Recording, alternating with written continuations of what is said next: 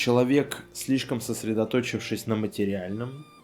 так или иначе, подсознательно, будет стремиться к кризису, который его как бы приведет в этот баланс. У многих это выглядит так, что там они к 30, 40, еще что-то, или уже достигнув действительно выдающихся каких-то богатств, вдруг становятся излишне религиозными, становятся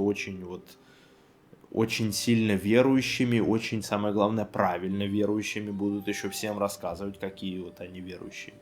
И вот это и есть путь вот во вторую версию, когда ты разочаровываешься в физическом мире и обращаешься в мир духовный, где точно так же тысяча различных ловушек, и чем ты будешь сильнее в этот самый духовный мир загоняться, у тебя появится плохое состояние.